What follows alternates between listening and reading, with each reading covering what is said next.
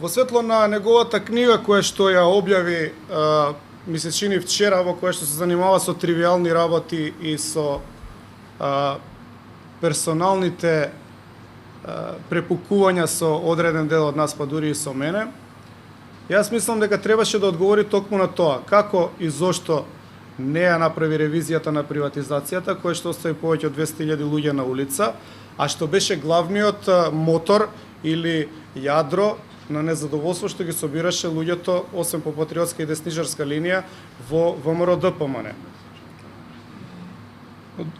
Едно друго доста интересно прашање кое што не беше спомнато до сега беше плаќањето на пратениците. Значи беше загатнато дека политиката што се спроведувала, барем од еден од овие двајца, се базира на црни пари и фондови за формирање на влада во Република Македонија, значи што афектира животите на сите граѓани. Па би го повикал јавно да одговори од кои пари се плаќани пратениците,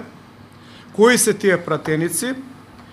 и мислам дека тука има простори за јавното обвинителство да се отвори истрага, бидејќи тоа не се случаеви на 100 евра, 200 евра или марки, туку на сериозни пари кои што морале да имаат некаков тек, од каде дошле, како завршиле и кои биле актерите во тие игри.